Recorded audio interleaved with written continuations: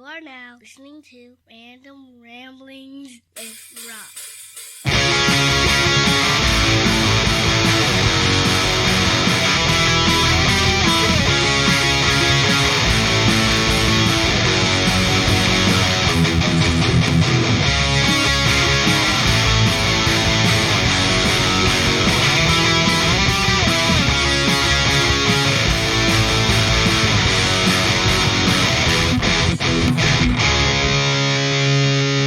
What up, everybody? This your boy B Rob, and I'm back with another edition of the Random Ramblings with Rob podcast. First and foremost, I'd like to thank you, the listener, for coming back each and every week, or however you listen to podcasts. If you're a first-time listener, I'd like to thank you oh so much for giving my show a try. And if anybody recommended you to me, if you're in their general vicinity, and I say this, being cautious of the situation that we in, people are starting to get vaccinated and everything. I'm double dosed up. My wife is double dosed up. My son has got his first shot since he's in that age bracket of 16 to 18. And, a lot of restrictions are being lifted, especially in Texas and Florida, because we yeehaw, wild motherfucking West. But, if you're in the general vicinity of that person that recommended you to me, give them a crisp high five, and like I said, be safe about it. You can sanitize before, slap hands, back up a couple feet, sanitize again, and then go on about your day. But if you don't want to go through all that hassle and rigmarole, or if you just a bold, nasty motherfucker, you just going to do it anyway. But if you want to do it the safe way, take your social media app of choice, slide in their DMs ever so gently, and tell them thank you for recommending you to me. Speaking of social media, you can find the Random Ramblings with Rob on various social media platforms to include Twitter at 3R Show, Instagram at The 3R Show, and, I got some content on YouTube. You can find video interviews for the ones like not this one because this episode is different. But for anything that I may have forgotten to mention about social media presence, you can find all those things on randomrob.com, randomrob.com, to where you can get all the fine things and stuff pertaining to this podcast. Yeah, that was my semi-radio voice there and everything. But this is an old episode that I'm reposting out or whatever. It's not of my show per se, but I was a part of it. It's from my man Paul of the Blokebusters podcast, who I'll be having Paul here on the show here pretty soon. And I think it's long overdue. He has been gracious enough to have me and my antics and, be on his show various amounts of times. He does movie reviews and show reviews and all that stuff. So he has asked me on for my opinions from time to time. And I rather enjoy talking about movies and other forms of cinema. So anytime you call, I try to do whatever I can in my means to be a part of it and whatnot. So I recommended a movie to him for once, because previous when I was on the show, we did Scott Pilgrim versus the World on the 10-year anniversary of that. So that was something. And the pick that you're about to hear for his show was a movie called The Losers, which was sparked.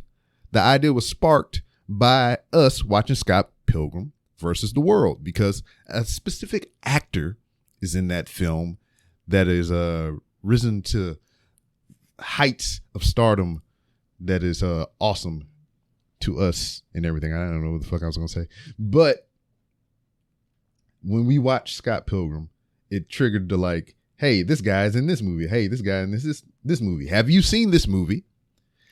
And he did not. So I was just like, you got to see it because it's pretty good. It's one of those things that flew under the radar. It suffered from being released at a weird time and adjacent to another movie of the same kind of class and everything.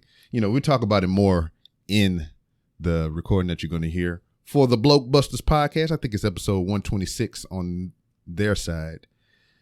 So I hope you enjoy it, man. I can't say it enough that I enjoy just, chatting with people about movies and things like that, just get fan theories and especially when we get into the comic book stuff. It's just like it's a world that I have never immersed myself in as a child and whatnot. Because I was an outside kid. I want to go outside. I ain't got time to sit around reading no motherfucking literature, goddamn books. But I don't know. But yeah, that's what it is. I just wanted to throw that out there. But another thing I want to throw out there. I've been on a ranting, raging tirade on motherfucking Instagram about these goddamn spam bots, tagging my goddamn posts and shit with their goddamn rhetoric, with their bullshit, their goddamn shenanigans and everything. And I'm goddamn tired of it. I'm on the verge right now of making an account to counter spam those motherfuckers. That's how bad it's getting. That's how much it's irritating me.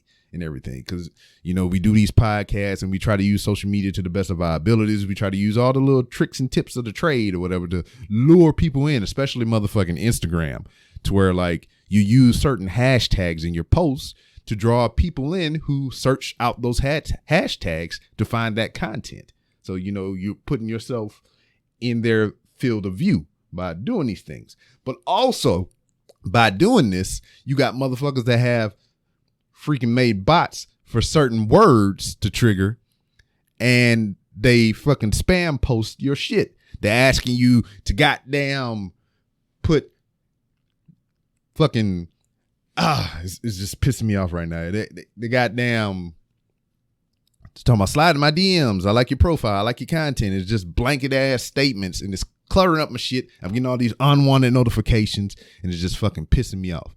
I don't have a motherfucking music account. I don't want to promote my music on goddamn Empire Records or whatever the fuck you're peddling or whatever. I don't do a hip hop show. Why am I trying to promote my shit on your goddamn radio station or whatever? So I'm fed up. Anytime that I get one, I've been taking pictures and I've been posting it on my shit and tagging Instagram and talking directly to Instagram. Will they hear me? I don't know. Will they get irritated? Maybe. Will they block me? That's the motherfucking mission right now. I don't know. I like Instagram, but I hate it at the same time. It's a love-hate relationship, and it's driving me stir crazy. It's fucking ridiculous. It sounds like rantings of a madman right now. Anyway, we're going to review The Losers on the Blokebusters podcast.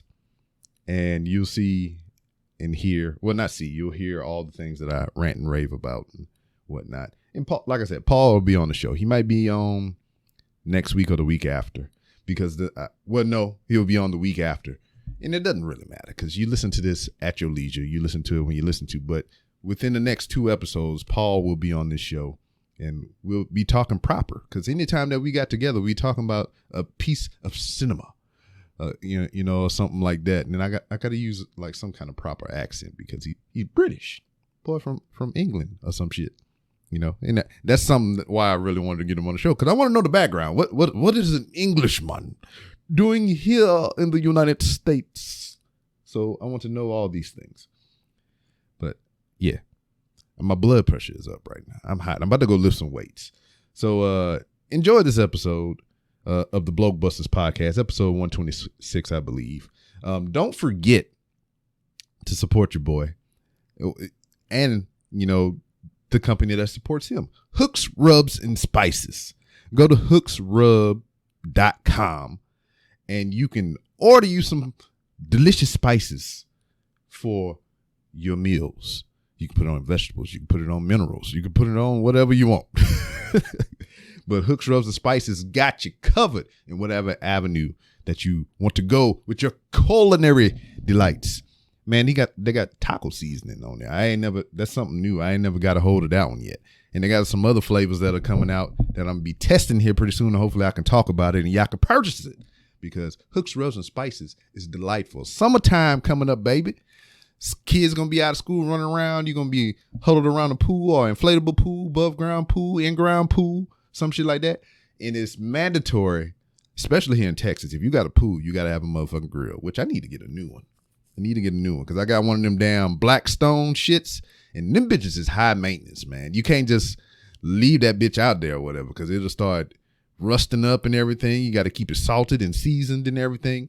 But that's just like labor intensive or whatever. I'm just about to go back to a charcoal grill or whatnot. But, you know, speaking of salting and seasoning, Hooks, Rubs, and Spices, baby. Salt and season your meat. There's a variety of flavors. Go to hooksrub.com and use promo code RANDOM and get 15% off your order. So, I mean, they support your boy, and I hope you support them. And, you know, by buying their delightful products, you're helping your boy out here on the Random Rounds with Rob. Anyway, enough of that shit. 10 minutes of rambling. Enjoy the episode. See you next time, motherfuckers. Yeah. Welcome to episode 126 of the Blokebusters podcast. I'm Paul, and today we're going to be talking about The Losers from 2010. And because he's the one that told me about it, kept asking about it, and made sure that I watched it, I figured I should have B-Rob back on to help me discuss it. How are you doing, sir? I am doing very well, and you're officially a loser. Hooray! It's the only real time you can be pleased to be called that, I think.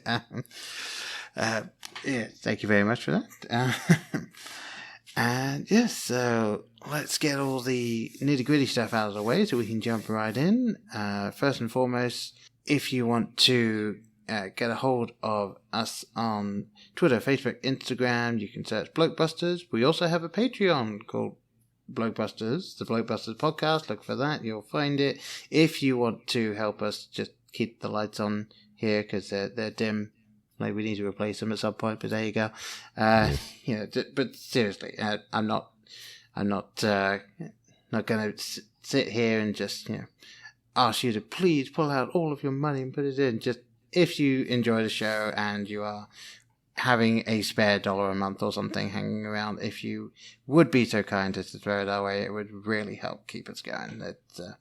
Again, not trying to force you one way or another, just, you know, keep it in mind. Yeah, if you get a little bonus from, you know, a certain agency that has given some money away recently. You know, just saying. But yes, also you can check out our website, blokebusters.com. It looks somewhat snazzy. I do enjoy messing around with that.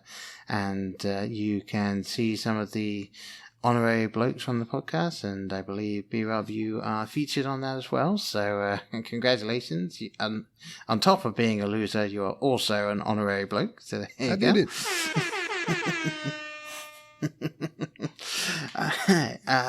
And yes, after that, getting to the nuts and bolts of this film, directed by, and I'm going to take liberty here since he is French and guessing it is pronounced Sylvain White, and it is a budget of $25 million. And then, since this was in 2010, this film did have a box office. Can you remember those? They were fantastic. And this one made $29,863,840 US worldwide. So if you're looking at, generally the rule of thumb is whatever the budget is, you also double that for promotion and everything. So technically, this film did not make all of its production money back at the box office. So yeah, it was a loser. Yes, indeed, it was a box office flop. Technically, even though in terms of reported budget, it wasn't. One of those weird things that people that really enjoy that sort of stuff love, and everyone else is like, I don't care. But there you go. So, I guess my first question then is, B-Rob, what is it about this film that made you really champion it when you were trying to get me to watch it? Obviously, you enjoyed it, but what was it about this film that made you say, I'm going to get him to watch it? I forgot what we reviewed before, and certain elements of it reminded me of The Losers. I think it was probably Scott Pilgrim. Exactly, because Chris Evans is in it. That's Yes. the tie-in. That's the link. So we were talking about Scott Pilgrim and Chris Evans in there and how he portrayed that character in that film. And I was like, you should see The Losers, because as you've seen with your own eyeballs, Chris Evans is just otherworldly when he's not Captain America. Yeah, one of my main notes really is that Chris Evans is just phenomenal at doing comedy. Like he's got the timing down. Like pretty much any role I've seen of his which has any comedic elements, he's knocked it out of the park. And going way back when he was in Not Another Teen Movie, and he was the handsome guy that was going to end up getting with the main protagonist, and yeah, he did really well at that sort of meta humor there. He was fantastic in Scott Pilgrim. He was brilliant in this, and obviously as Steve Rogers, he was just fantastic at that too. So yeah, the man can act, and the man is funny. So yeah, he is. So yeah, and probably at this point then should touch on the cast, because there's a lot of really good people in this. Yeah. So we've got, as we mentioned, Chris Evans is playing Captain Jake Jensen, who is the computer hacker. You've got Jeffrey Dean Morgan, Lieutenant Colonel Franklin Clay, and this film came out a year after Watchmen did. So he'd already played an anti-hero in that. So yeah, it's well, it just came out the same year as Scott Pilgrim. It did? Yeah. Yeah. Losers came out 2010. Yeah, wow. I didn't even think about that, but yeah. Yeah, so he was working this back to back. Yeah, he definitely was having fun, and at this point, thinking about it, yeah, he must have known that he was getting Captain America at that point. So yeah, wow, he this kind of does feel a little bit like he knew that going in there would be a lot of film, so he was like, I'm going to get this stuff out of the way. I'm gonna do my fun stuff, and then really yeah. And another weird film that a lot of people don't really talk about as well is kind of before Marvel really started to blow up, was a film called Push that he was in, to where it dealt with a whole bunch of superpowered individuals and everything like that. It was very comic book-esque. I don't know if it was based off one or whatnot, but that came out a year prior in 2009. Yeah. Well, he has done. I mean, and obviously he was the Human Torch in 2 Fantastic Four films as well. So yeah, he's been in a lot of the sort of comic book stuff that, and I didn't really think about that. But interesting. All right, it's just dawning on me. Yeah. Yeah, I'm definitely going to have to do a real deep dive into some of his back catalogue, because I didn't know he was in Street Kings either with Keanu Reeves. Oh, okay. No, yeah, did not know that. So, he was the voice of Casey Jones in Ninja Turtles. Apparently so. No, I'm telling you, he is. I'm looking at it. This is crazy. Yeah, hold on, we're going to go down a rabbit hole. We got to continue. Well, yes, I was also going to say that the film Knives Out, I really wanted to cover that with, but haven't yet put that on the podcast. Might need to figure out a way of doing that later. But it's a good film. Yes, it is. All right, jumping back to The Losers. So yes, Jeffrey Dean Morgan in it, and then also Idris Elba as Captain William Rourke, and Zoe Saldana, another Marvel alum there, as Aisha Al-Fadil. And then there's 4 other main people, lesser known to me anyway. Columbus Short as he does a lot of urban cinema. Yeah, as Sergeant Linwood Porteous, and then I'm going to butcher this last name, so I apologize in advance, but Oscar Yanada, possibly? Yeah, because the J is usually an H. Yeah, as Sergeant Carlos Cougar Alvarez, who doesn't say much. No. He's a fairly stoic individual. And then Jason Patrick as Max, and Holt McCallany? That's a really weird McConnelly. last name. McConnelly. I know who you're talking about. I'm reading it too. Well, I'm looking at it, but you're reading it. Yeah. And he is Wade Travis, who is Max's right-hand man. And yeah, so really this film kind of has some people who really kicked off and became really big names. Obviously, you've got Chris Evans, Zoe Saldana, and Idris Elba, all of whom involved in Marvel and a bunch of other sightings as well. Idris Elba, for people that don't know and don't follow English shows, he is very the main British. character Yes. in Luther. Yeah, Luther. That shit scared the hell out of me. I did not know that he was English born and shit. So I thought he was doing an accent for Luther, and I was like, wait a minute. Oh no, that's where he from.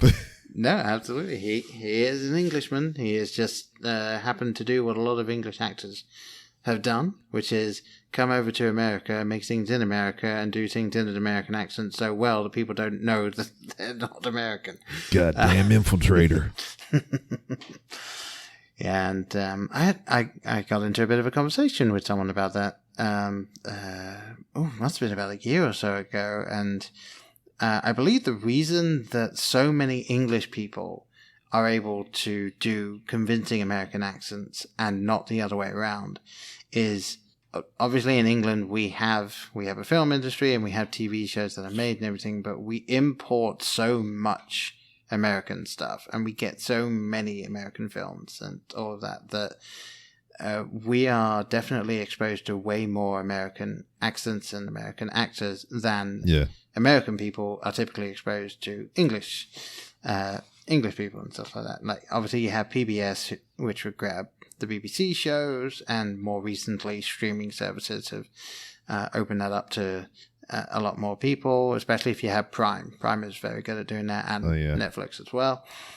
But yeah. Until recently, over the next decade or so, we're gonna have that crossover appeal to where you're gonna have a lot of American-born people going over to like Britain and all kind of other stuff, stealing your jobs.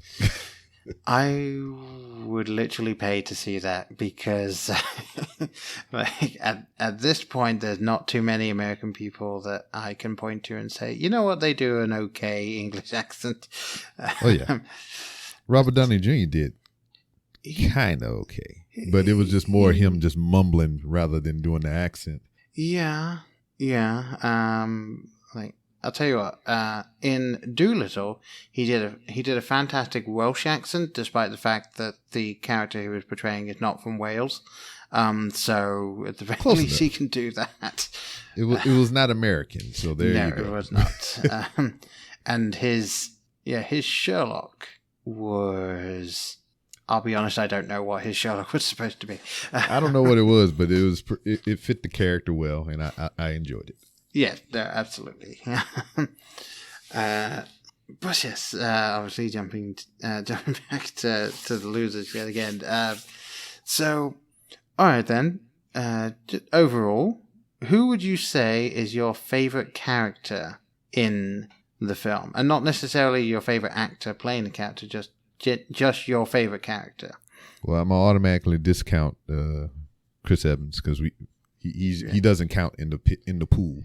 No. But out of the cast that was given, I thoroughly enjoyed Max, the villain. Interesting. Okay. I even enjoyed his henchman too, his right hand man, Wade. Yeah. It's just the banter and everything, and then just like you knew he was the bad guy, but it was just like the way he conducted himself was just, it was different. It was. It absolutely was. And I do actually find it really interesting because I had a note down that I don't think I enjoyed the portrayal of Max. Now, the dialogue and everything that was written for him and all of that, like, he should have been my favorite character. Like, the way that the character was written is my kind of villain. Like, especially for a film like this, it is literally comic book-esque villainy in this thing. But I guess for some reason I just didn't enjoy what Jason Patrick did with it. And I get it. I'm not sure. I think it might be that his face was just kind of bland. Like, he didn't really emote much. And I felt like the character, even though he was saying a lot of dry stuff, like, I feel like he should have had an expressive face. Yeah, well, that's traits of a psychopath. Yeah. True. True. He does do psychopath well, which we should probably be very worried. But, just even in that first instance when they introduced these two characters, Wade and Max, when they are walking on the beach and everything. Yeah. This is what I didn't understand, and it didn't hit me till today when I watched it right before we got on. I was sitting there with my wife watching the movie, and he had a lady shading him. She was walking next to him, holding an umbrella over his head, to keep him out of the sun because they're walking on the beach or whatever. Yeah. So I guess the wind blew and kind of knocked her back, so he was unshaded. She did not do her job for the briefest second because it was an accident. Wind kicked her up. It blew the umbrella and, whatever have you. So he asked for his henchman's gun and shot the lady. Okay, villainy at its finest. I can understand that. That's some top tier villain shit. But now you ain't got nobody to shade you, homeboy. Nope. Yeah, and that's another thing as well. You can see there's almost a childish thing of it. It's like the immediate slight, and then he acts, and then no real thought for the consequence afterward. Probably because he's never had to deal with consequences, given the type of character he is, and clearly used to having the money to deal with anything. So yeah, that was probably the first like natural consequences he's ever had to deal with. It's like, great, now I'm in the sun. Exactly. All right, okay. Him and Wade, their relationship though, it almost seems like, because I know Wade mentioned him later on in the movie about it, having to kill his brother-in-law or some shit like that. Yeah. It's a similar relationship between these two. It feels like that to me, like there's some kind of relation to each other, like that's his brother-in-law or something like that. That's kind of why, he just offed his freaking shaded lady, the umbrella lady, for no apparent reason. And this guy jacks up as well. And he just kind of, man, come on, player. Yeah. You got to do better next time. Yeah. And it was interesting as well because I felt like I'd seen the person who played Wade before. Oh, yeah. And technically I have, because he was in Alien 3. And I've seen Alien 3. So I've definitely seen him before. It didn't really click, though, for me. It's a very odd, but I feel like I've seen him in a bunch of things before. And I went through his catalog of stuff, and turns out I haven't really, other than Alien. I've heard him in a few things. He was in Justice League, the original cut. He was the bad guy at the very beginning that had all the freaking like exposition and shit while he was detained by Batman. Oh, really? Okay. I need to see that original cut then. I don't think I've seen that one. You have not seen the original? I said Batman, right? Justice League. I mean. Yeah. You said he was explaining how he was detained by Batman. The only other thing that I've seen that he was in is Fight Club. I think. Yeah, Fight Club, Jack Reacher. I remember him vaguely now that we just calling out movies, and I'm just kind of placing his face now. Yeah, it definitely. I don't know if you've seen it. There was a film called I Know That Voice that was created by a voice actor called John DiMaggio, and the entire point of the film is going around and interviewing voice actors about the fact that everyone recognizes their voice, but no one has any idea what they look like. Yeah. And then there was another film that came out that, funnily enough, I can't remember the name of, and it was the same idea, but it's for all of the actors that get all the bit parts and get all the small parts in big films. So, like, everyone recognizes them, but they don't know where. And Well, shit. I just realized who we talked about this not too long ago. Not me and you personally, but, just in general conversation. The Tyson movie, the original one with Michael Jai White playing Mike Tyson. He, the guy that plays Wade, was in the Tyson movie, and I'm remembering him now. Oh. So that was way back in 1995, though. Oh. I haven't seen that one, so okay. So you need to know I have beef with that movie. Not with that particular movie, but a person. And his name is Jamie Foxx. Because we all know that Michael Jai White is one of my favorite martial artists and, actors or action actors. He's one of my favorites. And he played that role of Mike Tyson in that 1995 biopic of Mike Tyson. Now we have Jamie Foxx, who is trying to go back and play Mike Tyson and get the movie done again. And I was like, okay, you're taking away roles from one of my favorite actors. Also, Michael Jai White starred in a film called Spawn. He played the main character. Jamie Foxx is also trying to get a Spawn movie remade where he plays Spawn. What the fuck he got against my favorite actor? He need to stop trying to steal his roles. Interesting. Okay. Yeah, apparently Jamie Foxx is like, I like what that guy did. I'm going to do that. very, very odd. All right, I feel like that's a conversation we can probably have on another podcast then. Like, hell, let's do a punch Jamie Foxx in the balls podcast. We can just do that, and you can have an entire segment where you just go off on Jamie Foxx. I'll earmark it. I'll keep a day open for that. Okay. All right. Okay. Yeah, as per usual, we tend to go off on these tangents, I'm sorry. which I really enjoy. I love it. But okay, so jumping back then for me to answer my own question, what was it, 20 minutes ago? Yeah. But yeah, I think my favorite character in the film, it's very, very difficult for me to actually answer that one because I have sort of two favorite characters, and I can't really tell. I like them for different reasons because I really enjoyed the character of Franklin Clay. I thought that anytime you got to watch him, it was just really interesting to see him on screen and to see like the wheels turning as he's trying to work through everything that's going on.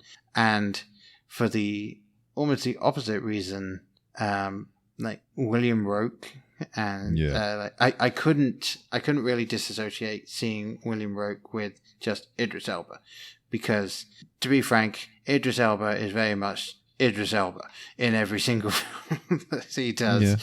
Yeah. Doesn't really matter what character he's playing, even though the characters can be vastly different. He's just Idris Elba doing the roles. But yeah, like watching his character throughout the film, and especially at the end, like I really liked that thing, and he got a fantastic bad CGI death. Yes. So yeah, and that's what he meant when he said you're gonna die bad. He did. Yes, not just that it's a bad way to die. It literally the CGI was bad.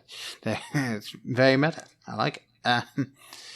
But yeah, I was actually gonna ask about that because this film is based on a comic book series called The Losers, and I have not read it myself, but I believe that they kept fairly true to the characters within the book, if not following the plot directly, based on what little I've managed to find out about it. But I felt that the slightly, as I said before, the comic booky villain, even though if you were trying to, say, do James Bond, it wouldn't work. It absolutely would not work having that villain in a James Bond film. It would be weird and not hit the tone. But this film, it worked well for the film. The bad CGI that almost looked like, and I don't know, because this was 2010, so obviously it was a $25 million budget. They didn't have huge amounts of money to spend on the CGI at the time, so they couldn't get the top shelf stuff there. But it almost felt like they were like, you know what, it's okay if it looks a little cheap, because it's a comic book film. And I think they tried to make it, feel that way in certain aspects and whatnot. Just like a lot of over the top camera cuts and, actually pausing and putting in some, comic book elements, like the panels and all kind of stuff. So it kind of lended itself to look more like a comic book than an action movie. Yeah. Yeah. And there are several shots and moments from here to there that you were like, okay, that's clearly taken directly from the comic book. And a few of the shots, such as Chris Evans when he does the, I have telekinesis and I will shoot you. And he ends up shooting the guard. And then you get that sort of grin over the shoulder, long zoom out to the group sniper, just kind of wink at the camera and straight back and say, okay, this film is aware enough of what it is that you're able to really get into it. Now, something I found a little interesting looking into it. So Zoe Saldana playing the main female lead in this, turns out she was actually required to gain weight because she was expected to carry weapons around for 8 hours a day. Yeah. Huh. Like, I'm not 100% sure how gaining a little bit of weight helps you carry weapons around. I mean, muscle equals mass. So, if you put on a little muscle, you're going to gain weight. So, you're stronger by proxy as well. So, yeah, they wanted her to buff up so she won't be all dandelion in the wind and everything. Yeah, it's not quite Halle Berry and Swordfish. Well, seen some titties. We actually seen them. You got them teased in this one, but you saw them in that one. True.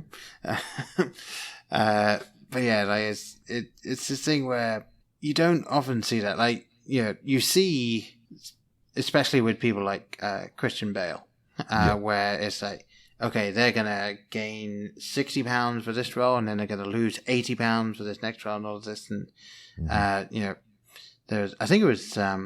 think it's Edward Norton has come out and said he will never do that for a film because he has basically wrecked his body doing it. So like you see that, here and there.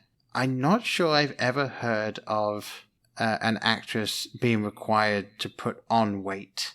Well, it's another instance to where that happened was the main character in the new Terminator movie, Dark Fate, the female Terminator or whatever.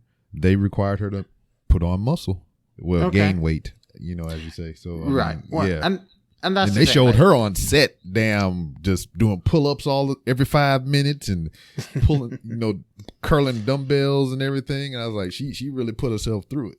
And that was a lot of argument for a lot of other people too, because the casting of Marvel and everything, and how we were talking about Brie Larson going on to be Captain Marvel and everything, and a lot of people want that lady from the new Terminator movie said that she would have been a better Captain Marvel. Yeah, it's like obviously it's difficult to in hindsight really gives you a lot of 2020. Yeah, because we're now used to Brie Larson as Captain Marvel, so now to say this person would have done it. And I can definitely see what they're saying, just because she like very similar, I would say in appearance, and this one is more beefier. Yeah, and I actually would argue, like, if they were looking for someone who looked as muscly as she did in Terminator to then portray Captain Marvel, my argument would be that she isn't supposed to be overly muscly. Yeah, I mean, she was a fighter pilot, and then was the warrior, as it were, but she had the actual energy. I'm prior military, and I have not seen like a Jack Diesel flight pilot. Yeah, that's so. I mean, they're fit. They have something that's physically fit or whatever. But I never seen one like jacked to the gills and muscle on top of muscle or whatever, because you can't fit in the cockpit, homeboy. Yeah, you're not going to see John Cena flying missions. I mean, you might, but then he probably just be hunched over the controls. And then it's a movie at that point too. So yeah.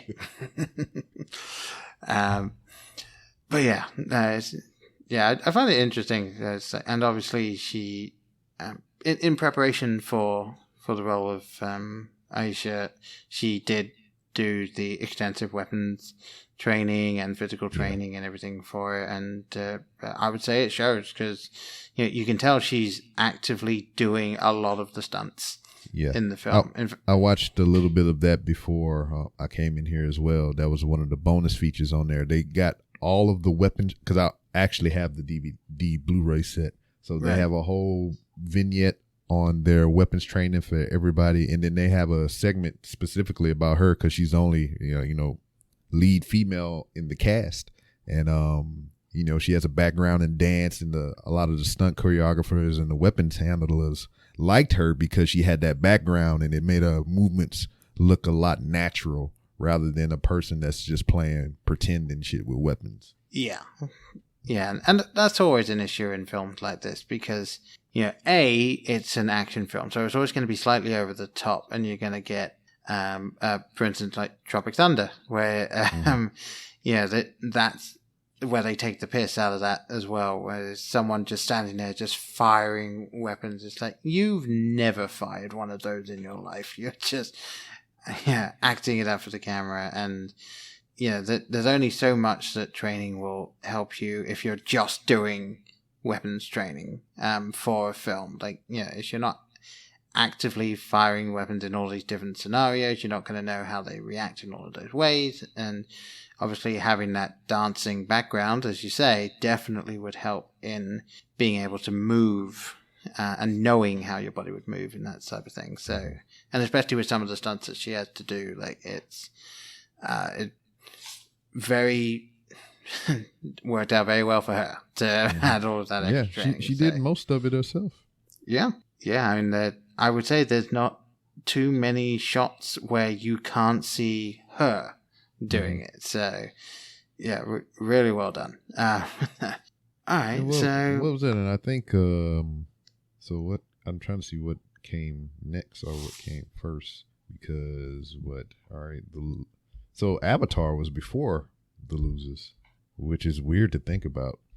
So I mean, I quite clearly remember going to see that one in the cinema. That was. All right, that's the one I was looking for, Colombiana. That was a very action intense movie and everything, and I believe the work that she put in and probably The Losers more over Avatar kind of set her up for that role in Colombiana. Yeah. You ever seen Colombiana? I'm trying to think if I've seen that one. Well, is another recommendation.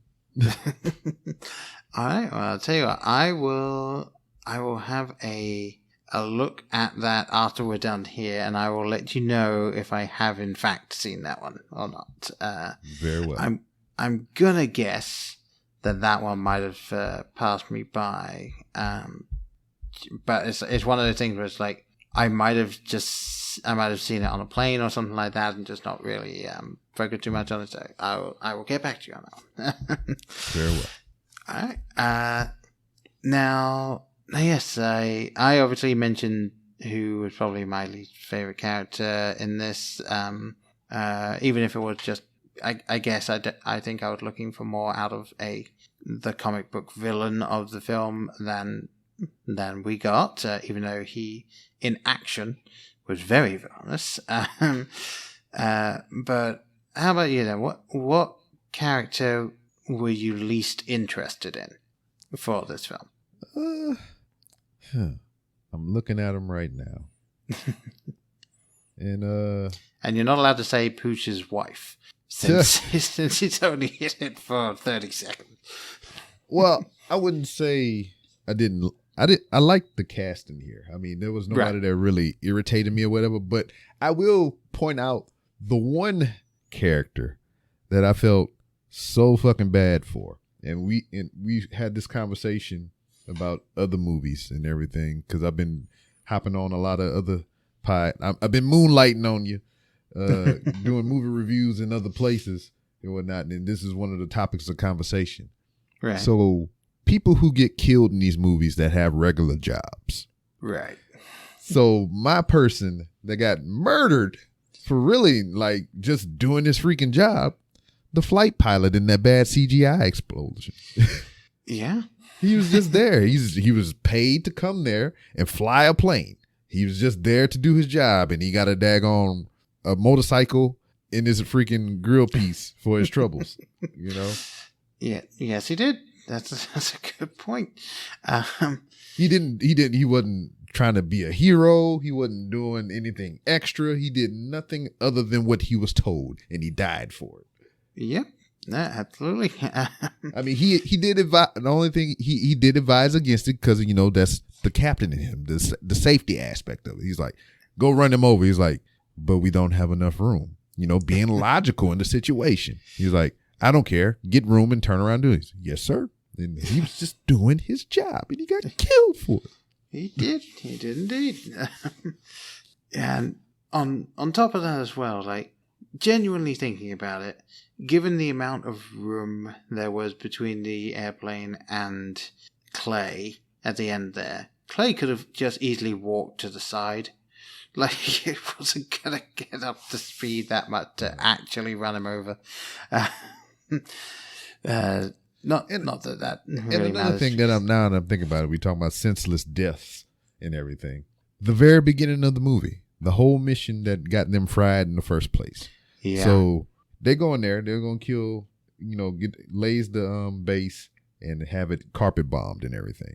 But they had civilian children there, so they advised against it and they went in to save the children. Now Clay go in there, got the freaking drug lord in there, got a kid hostage, got him to relinquish his weapon. My issue is not with what Clay did because, he defended himself and protected the child. He did what he was supposed to do. But the drug lord, he was getting murdered because he stole money, which, occupational hazard, right? Yeah. Why he just didn't tell Clay what the hell was going on? Then Clay would have realized that, what the fuck was up. And then, they could have got out of there and this could have been a whole different situation, But no, he wanted to pick up a knife and, from over 10 yards away, thought he was going to do something with it and got murdered for his troubles. Yeah. Which he was going to die anyway if those kids wasn't there. So, yeah. Which is another interesting point because what old girl, Zoe, she was going to kill him because he killed her father, but he was going to die anyway regardless if he didn't do it. Yep. I mean, trying to follow it, I think she was under the assumption that her father died in the bombing. Yeah. I think that was what the initial assumption was, and then when she found out that he died in the bombing and Max was the one that ordered the hit. Yeah. And then when she found out that Clay was still alive, she might have thought, okay, what happened? And then found out more information and was trying to figure out, okay, what happened here. But yeah, that was something where it was like, okay, I get it. It's somebody And then killed. she can't even really be mad at Clay because, I mean, it's his job. Mm-hmm. And you know who your father is and what he does. So, I mean, I know it doesn't change the fact that that's your dad, but yeah, your dad do some shady shit. Yeah, no, absolutely. And it's interesting as well because I've tried to look up her character a little bit in the original stories in the comics. And it seems like they lightened her up a little bit for the film, which is interesting, because you can't actually say she's a light personality in the film. But based on what I could find, it seems that her entire MO is to leave 0 witnesses. And slightly less so in this film. But yeah, obviously they clearly were just like, okay, we're gonna make it almost a pseudo love interest. Like, not even. I never even really bought that that Jeffrey Dean Morgan's character was truly like into her. It's more like they were just having a fun. physical thing. But, it was just a physical thing or whatever. It's because like that's the vibe it was. Because I have been in a similar situation many eons ago, to where we was just in the room with each other, and that's what it was. It wasn't nothing beyond that. Oh, there you go, folks. Confirmation that is exactly what was going on there. But yeah, and then it was just like more of like she knew he was in charge, so it was more like of a control thing, just trying to keep him under the thumb. Probably. But yeah, I genuinely enjoyed this film more than I thought I was going to, and I already thought I would enjoy it. Mm-hmm. Like, I figured going into it, based on what little I knew, you'd given me some information, but you hadn't really told me anything that would spoil anything or whatever. And then, like, kind of looking at the cast, and I didn't watch a trailer for it because I don't even do that anymore. Yeah, it's just you just can't. You really can't. For instance, actually, to jump off, I ended up watching a film tonight with my wife and daughter, which is called 100% Wolf, which is that sounds interesting. A kids animated film, actually out of New Zealand, and it's about a boy who is another in a long line of werewolves, and it's his turn to turn into a wolf for the first time, and he turns into a poodle. Yeah. and all of the shenanigans therein, and so on and so forth. But to try and convince my daughter that it was a good idea to watch the film, because my daughter happens to enjoy watching, as many parents have probably found out, the same things over and over. Oh, yeah. So rather than branching out, it's like, no, let's just watch this thing I've seen 20 times instead. But just putting the trailer on, that was enough to kind of get her interested in the fact that the boy turned into a poodle. And that was the end. But the trailer gave away many of the best jokes in the film, as well as many of the things that might have been more surprising if it was left out. And obviously it's a kids animated film, so there's not too many actual surprises in them, but yeah, it's a big gripe of mine on just trailers of all sorts of films, from kids film to full on blockbusters. They just can't not put too much in them. I think the only trailer that I have watched as of recent, and I'm talking about the first time that they aired the trailer that I've watched, was the new Mortal Kombat and the Kong versus Godzilla versus King Kong or whatever. Oh, Those are the only 2 trailers that I have watched in recent time. I can't even tell you anything before that because I actively avoid the stuff. And especially because, we deal in social media because we have these podcasts and everything. Yep. There's spoilers all over the goddamn web. So anytime I see a still image or like, you know, you scrolling and the video start automatically playing, I'm just like, no. Yes, no. Yes, la la la la la, keep scrolling. Yeah. Yeah, I don't want to. People start talking about it. I leave the room if I can. You know, I try to change the subject. I don't want to know anything about anything. The only thing I want to know is the release date and where I can watch it. That's the only two things I need to know. Yeah, the biggest problem I found is I haven't found somewhere that is just very good at saying, here are the films that are coming out with a very, like, a blurb about them and the release date. Like, I need to find that, because I don't want to find something that tells me everyone who's in it and, you know, a whole plot summary, because sometimes that, even just that, because I've seen enough of these films, like, sometimes even that is able to be like, oh, there's a twist. Oh, yeah. Great. Now I know that. I don't even IMDb things anymore unless we're doing something like this. But, like, new things, no, I don't even do that. Yeah, no, I never go on IMDb unless I've already seen the film and I'm just looking things up for it. Because it's not worth it. But yeah. I just like to be genuinely surprised and shocked and everything. Yeah. I'll tell you, probably both the funniest and also the hardest I've ever physically tried to stop myself from being spoiled on something was I was going to see Infinity War, but I wasn't going to get to see it for about 5 days after it came out, something like that. Yeah.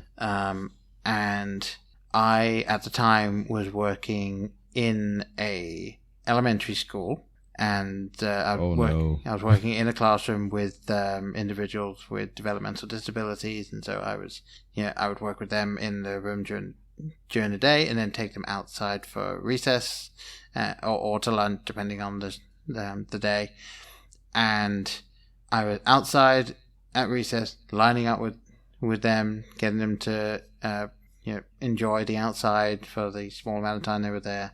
And it was the last recess of the day, and as I'm walking past this group of kids, two of them are talking, and one of them is listing characters from the MCU.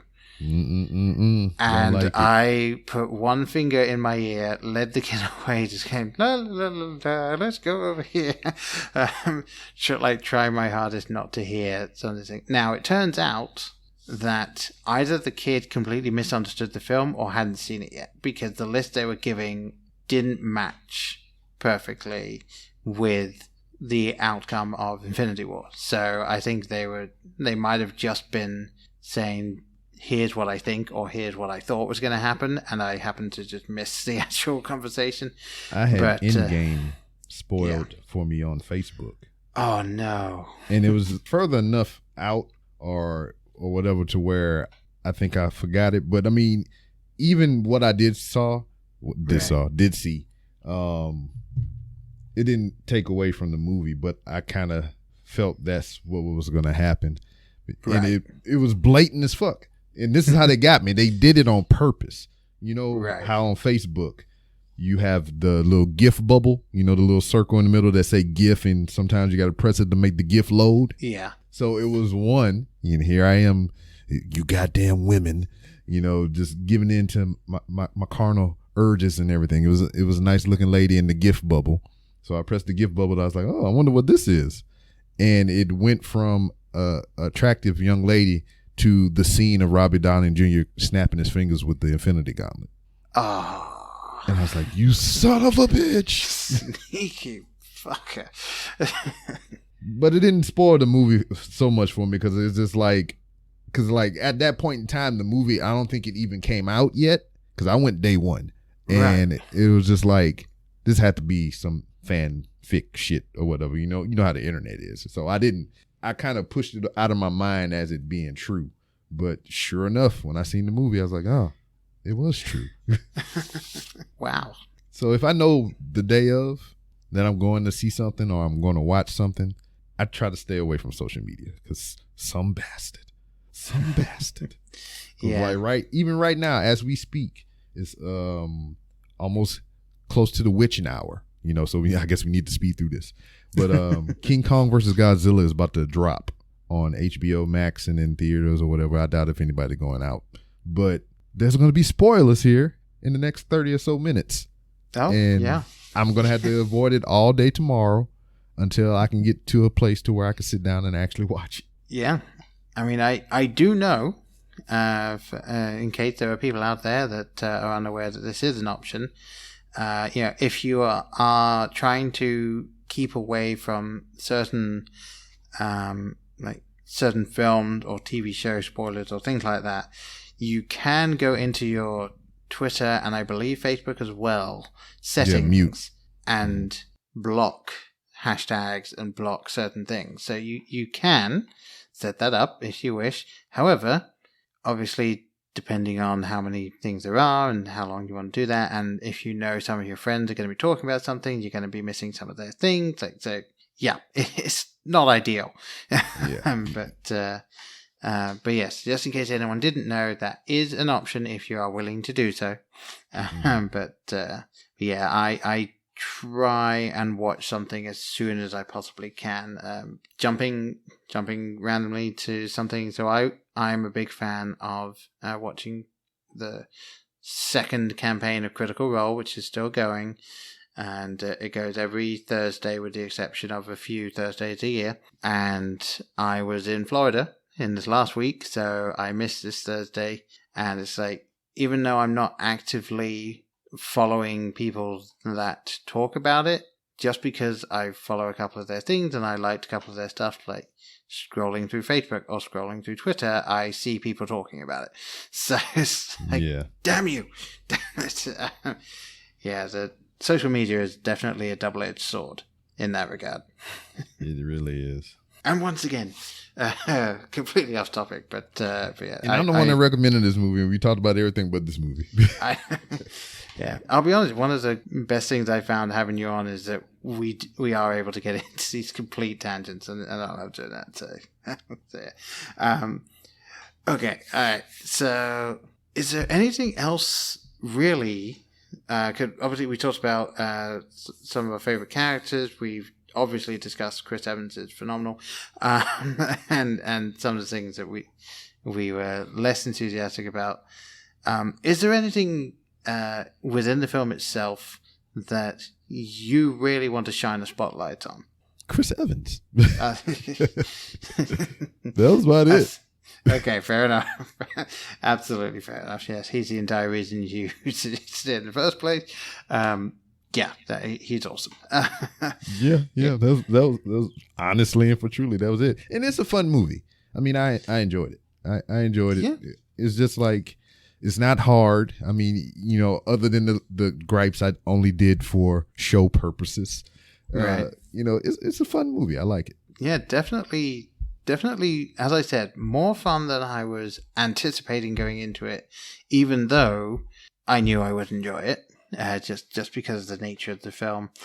And I can see some people not liking it, but I feel like those people are the same people that, like, they have very specific things they want from their action films. Like, they want an Arnold Schwarzenegger type action film, or they want Die Hard, or something like that. Like, yeah, if you're willing to go into this film, just be like, look, this is just a group of losers. Yeah, a group of losers with vastly differing personalities that all are on play in this film, and they all get their time to shine.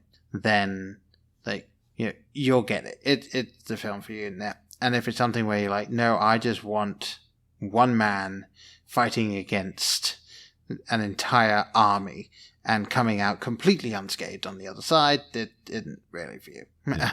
And another thing, I was like, this is the alternate universe for the kids in the new It films. Okay. That was my thing or whatever. This is the losers. That's what they called their group, the losers. So this is them grown up, busting ass and being mercenaries. Interesting. Okay. And just, I'm looking at the Rotten Tomatoes on this thing. It's like, it's 49% critic score and it's 54% audience score. So, I mean, it's a good movie. It just didn't do well at the box office, which, I mean, hell, that happens nowadays or whatever. I mean, Venom was way better than it had any business being, but it got killed at the box office. It might be better now, but at the time it was poop. Yeah, and I think this film possibly suffered from coming out before the MCU really kicked off. Because I feel like if someone had said, let's say in 2013, hey, we made this film, it's based on this comic book series, it's based on these characters, and it's a more stylized like type film like that, I think it would have done better. But it obviously came out before the comic book renaissance, so it kind of suffered. And guess what? It was a DC property, so yeah. You know how they play on that camp. Interesting about that, actually, because all of the DC films that have come out recently that have had the huge money towards it, and so many people go and see it that are technically box office successes, have been terrible. And then you've got this one, which next to no money was put behind it, relatively. Didn't do very well at the box office, but is genuinely enjoyable. So it's so strange how it just kind of doesn't work. And apparently there were people drawing comparisons between this and the A-Team. Yeah, and I was that heavy vibes. Yeah, I mean it's like, I get it. I mean, I didn't watch too much of the A-Team. I've seen the odd episode here and there. And it came out the same year, so that's probably another reason. Yeah, the thing I saw, it came out shortly after, so I'm assuming what happened was this film came out and then maybe a couple of weeks later, the A-Team remake came out and people were like, well, let's go see that because we know that. Yeah, that's definitely a more well-known title. And I believe this is just a bad releasing thing, because I can't put my finger on it right now. It was another movie that was really good, but they released it in a shitty spot and it did bad, despite it being a good movie. And it was kind of the same similar situation where they had a group of people that had abilities, and then the next movie that came out that was more popular, it was a group of people that had abilities. I just can't recall the films at the time, but this has happened many times before. And we look at the Metacritic the Rotten Tomatoes for the A-Team film, which was a 49% critic score and a 66% audience score, which is lower, I believe, than The Losers. No, I lied. The Losers is lower. I would say, yeah. So The Losers did lose. I'm sorry. I recant that. And again, it's interesting because I'll be honest, I never had any interest in watching the A-Team movie when that came out. And, I wasn't someone that grew up watching the A-Team, so not necessarily something that was aimed at me. But I saw a trailer for it, I saw the people that were in it and how they were portraying it, and my initial thought was just like, I don't see this doing well. Like, I don't get it. Whereas... I think I was drawn to it by name, but also I wanted to see Liam Neeson, what he was going to bring to that role. I was just like, because this looked awkward as hell. Right. I may not know too much about the A-Team, but I'm moderately confident that you don't want the leader of the A-Team to be portrayed by someone with Liam Neeson's accent, which means either you're going to have a very strange Hannibal, or Liam Neeson's is going to be doing an accent, which will be interesting. Liam Neeson in this film sounded like Optimus Prime. Oh dear. I was like, I was just waiting for him to say Autobots roll out. Well, I will say then that if you want a film where Liam Neeson kind of sounds like Optimus Prime but done very well, then you absolutely need to see a film called A Monster Calls. Yeah. And if you have not seen that, then I thoroughly suggest you find it out and watch it because it is phenomenal. Noted. I'm putting that down now. All right. So yeah. Wow. So 80 since I'm on Rotten Tomatoes, 86 freaking is certified fresh and an 81% audience score. Mm-hmm. And that's kind of weird. The two movies that I mentioned previous, they had a audience score of a 66 and a 54, but they had over 100,000 ratings. This one only has 25,000. So I mean, you get those low numbers. I mean, you have the opportunity to stay in the high thing. So I mean, I mean, shenanigans. It's politics. They're playing with the numbers. God damn it. Yeah, and it's also like. Oh, he looked like Groot. Yeah, it is an international film because it was made with a combination of companies from Spain, the UK, and the US. I see. However, I don't feel like it really got a big showing in the US. So yeah, it did do huge in the box office, but hell nah, 2.2 million gross US. Yeah. Oh, because it did. I think it probably did a limited screening, didn't it? Or because it has streaming numbers on here too. It came out like 2 months later on a streaming platform. Yeah, it did. It did a really limited rollout to begin with around Christmas time, and then a wider release at the beginning of the year. Mm-hmm. But then it just kind of went. It did really well in all of the film festivals and things like that. Mm. But then it just didn't translate to box office draw. And that's something you kind of find, really. Yeah. just all of those, because you can't teach that. It's just really, really well done. I mean, I can't say too much about it without giving something away. Very well. But yeah, the main character is fantastically played by Lewis McDougall. Liam Neeson is the monster in it, and surprisingly, I got you. Trying to get MCU Paul in here. Tom Holland was the stand-in for the monster for 1 week. Not sure why, but there you go. He's just running up them credits, them accolades. Yep. And Sigourney Weaver plays the main character's grandmother. Mm-hmm. And that's her name, grandmother. Yep, that's it. Grandmother and mom and dad. Yeah. Mr. Clark, Harvey. It's just basic names. I'm looking at the IMDb. Yeah, I mean, like they do have named. It's just in terms of credited. They're credited that way because the entire film is told from the point of view of the boy. No. So the idea is that to him that's who they are. So Got you. But yeah, definitely recommend that film. And to bring it back in, obviously we recommend watching The Losers if you haven't already by this point. Because it's really not that much to it. I mean, it's just a fun little romp from beginning to end. It's just the comedy, the action. It's just there.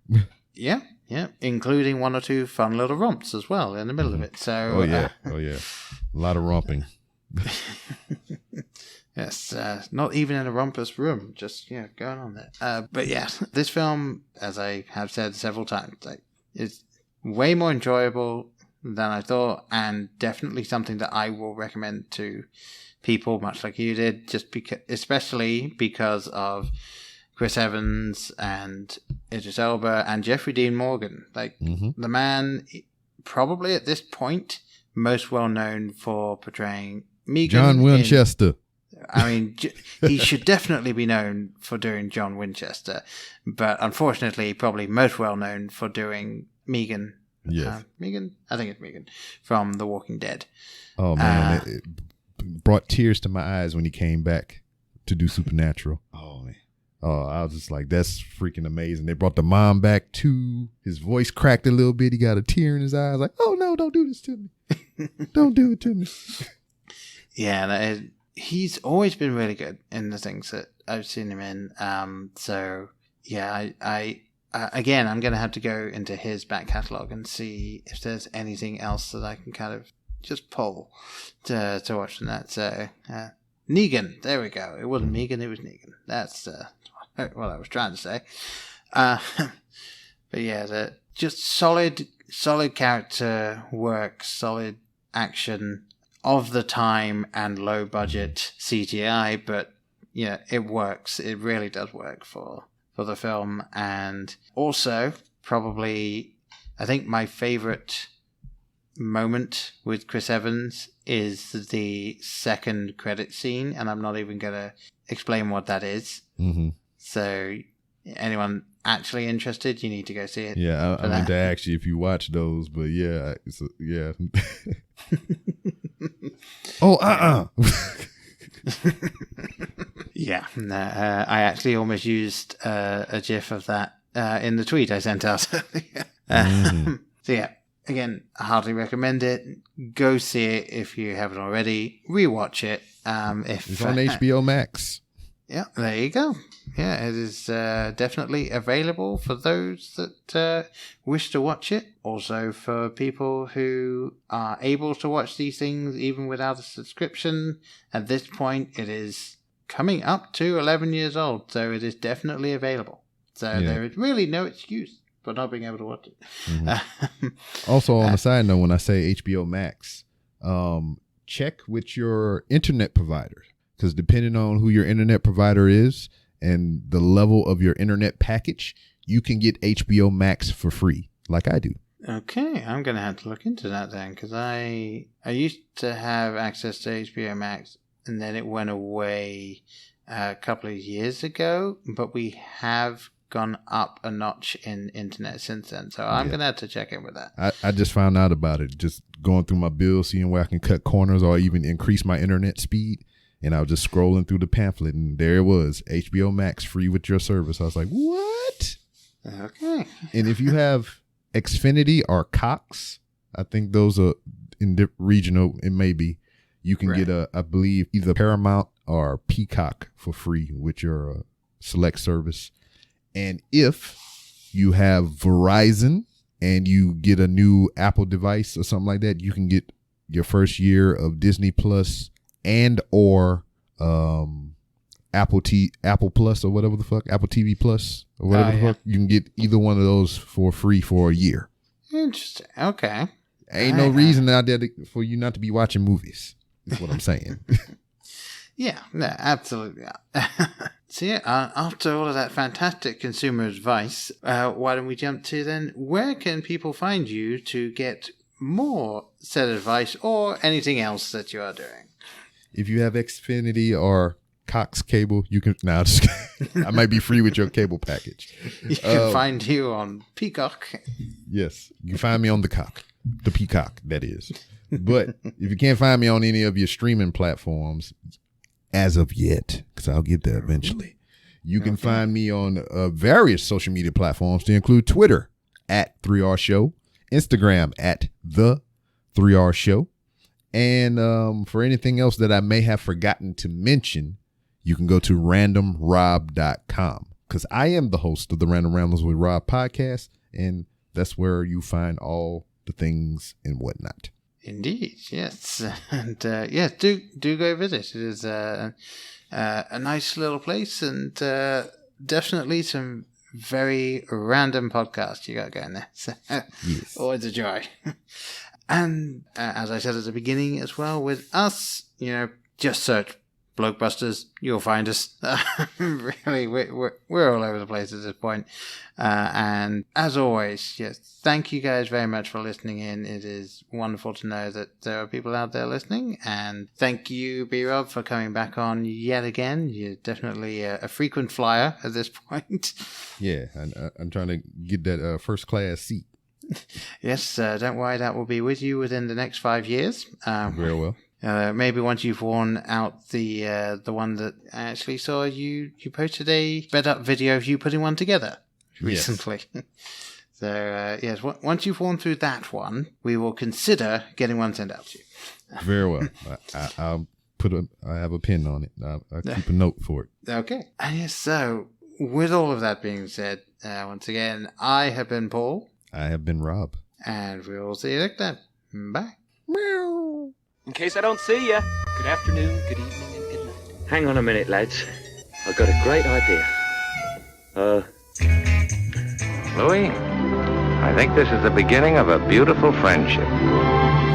You're still here? It's over. Go home. Go. Hello, everybody. This is Hoppy. What's up, everybody? I'm over here cooking dinner with hooks, rubs, and spices. B-Rob turned me on to this stuff, and I tell you what, it's great. It's a homemade blend of the finest ingredients sourced from Texas gardens, farmers, and markets. And it's some good shit. I tell you what, try the smoke and sweetness, or you can try Hoppy's favorite, the Mad Cow, which is a nice peppery slap in the face. One taste, and you'll be hooked. Hooks, rubs, and spices.